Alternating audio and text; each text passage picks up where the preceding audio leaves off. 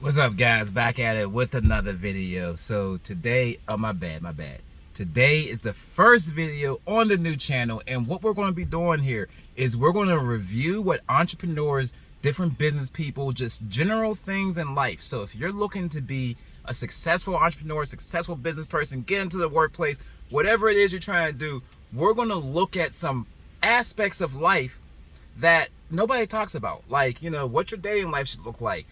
How much, if, for instance, today's story is about an Airbnb host who posted in the forum. She posted her whole story. There's actually 2 pages worth of it. And we're going to read through this whole story, and we're going to look at it and see what she did right and what she did wrong. Now, keep in mind, everybody's business is ran however they want to run it. So I'm not necessarily saying that she's wrong in how she's running her business. From my perspective as the owner of $1 million STR company, you know what I'm saying, who's been in the business since 2016, and I have 100% 5-star rating right now. And it's not like I just have 1 or 2 units. We do a lot of guests, all right? I know what I'm doing. Guests like what I'm doing, all right? And part of it is, I'll just go ahead and tell y'all, whenever you go out of the country, you go to the DR, you go to Brazil, like anywhere you go to a resort, the way they treat you at the resort is how I treat my guests. They're not going to be tripping on you about no little bullshit. You have to really do some wild shit for them to be like, okay, sir, you have to calm down. So I try to keep everything as lax as possible, because in business, you're going to come across enough things to worry about that are actual problems, all right? So let's read through this and see what we see. And also, the other thing is that I don't, oh man, okay. The other thing is that I don't know how you guys are going to feel about this, right? So if you agree with my take, let me know. If you disagree with my take, then let me know too. All right, but let's get to it, man. And I'm going to read her post. It says, well, after 5 years of hosting, ran into a bit of an issue. Have a nice young single guy staying in our separate apartment under our main house. He said he was coming with his wife and 2 dogs, but showed up by himself for his 29-day stay. He booked in March.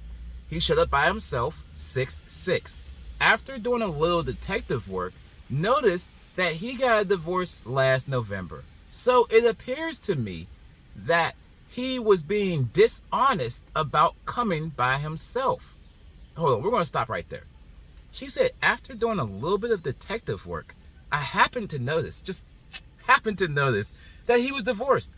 I wonder what kind of database, or maybe she went onto their Facebook and probably saw it on social media. A lot of hosts do that. You'll go on social media and see, like, the kids are trying to throw a party, or, who it is, whatever.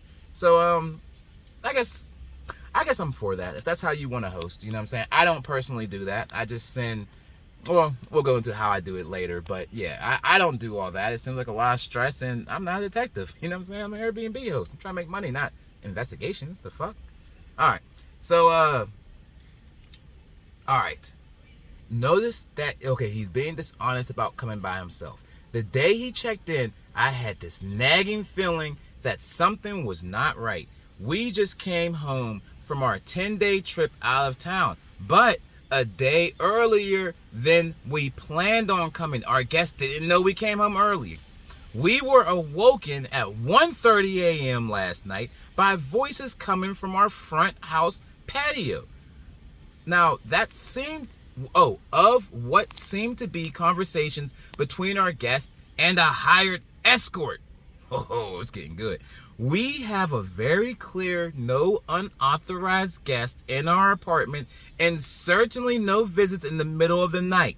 Our quiet hours are 11 p.m. to 7 a.m. They were having a full-on conversation. My husband and I were awoken by their words coming through our bedroom window in the middle of the night after our dogs sounded the alarm that there was somebody in front of our house in the middle of the night. She's really on this in the middle of the night thing. After about 10 minutes, I went downstairs and asked them to take the conversation somewhere else. he decided to go inside the apartment, stating that he was trying to arrange an Uber to have her picked up. 30 minutes passed, and they were still downstairs. That's when my husband and I went and knocked on the apartment door and said that the lady of the night had to go. 4 exclamation marks. Look at this. Hold on. And this is a true story. This is literally just came out the group. So, the lady of the night had to go.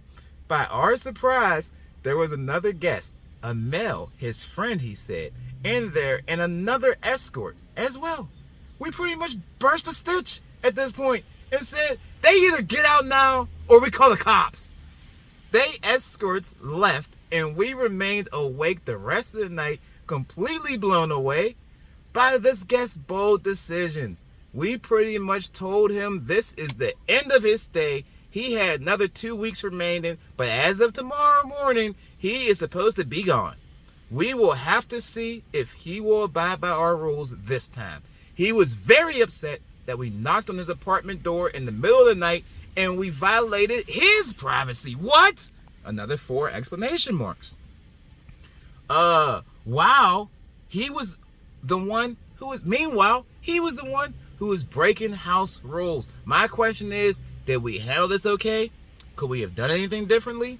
This situation has also confirmed to me to listen to my gut feeling. When he showed up by himself without his wife or dogs, I immediately knew something was not right. He could have at least let us know he was coming alone. The life of an Airbnb host, and a bunch of exclamation marks to top it all off.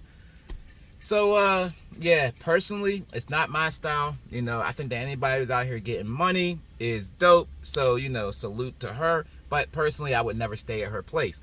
I don't want somebody telling me on vacation that I can't have a conversation. She didn't say they were yelling or anything. She just said they were having a conversation outside after 11 p.m. So I guess her quiet hours mean that you can't even have a normal conversation with a hooker outside of your Airbnb. I thought this was America, people. I thought it was America. You know what I'm saying?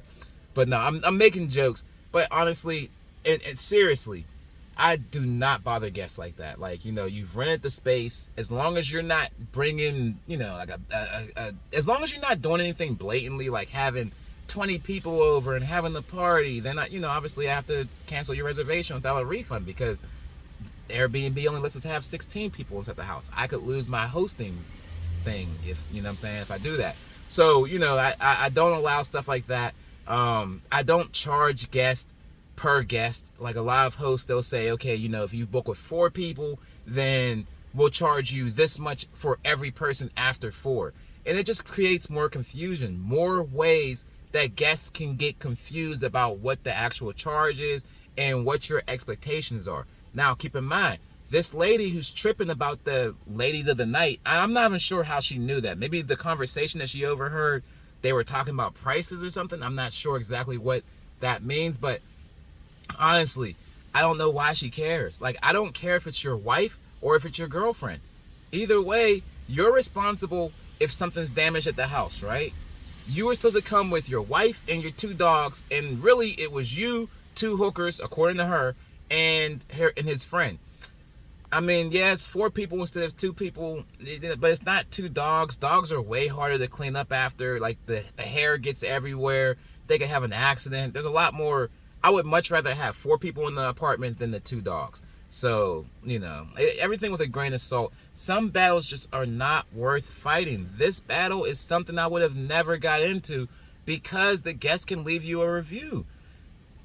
Honestly, it's just not worth my time. And if you think about how companies that have been doing this for a long time, like Hilton or DoubleTree or Marriott or any of these guys do it, they're not tripping about who's inside your room as long as you're not playing music too loud or fighting or disturbing a guest, you know, or you have way too many people inside that room. It has to be something that's worth their time for them to bother you. So that's the way I do my business. And just in life, you have to choose your battles. You can't fight every battle. And please do not get an Airbnb because you want to be a dictator.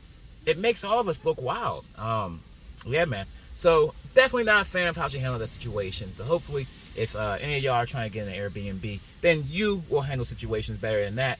And having said that, I have a lot of qualification messages that I send to my guests. Right now is a crazy time as far as this is recorded in 2021 June 21st, and yeah, there's a lot of people coming out of Corona who are trying to have parties and they're lying. I just had this crazy incident where they disconnected cameras and everything. But you know, you have to make sure that you have all of your systems in place where you can catch the actual problems and deal with those, because I can guarantee you in this business you will come across enough problems that are real problems that you should really be concerned with.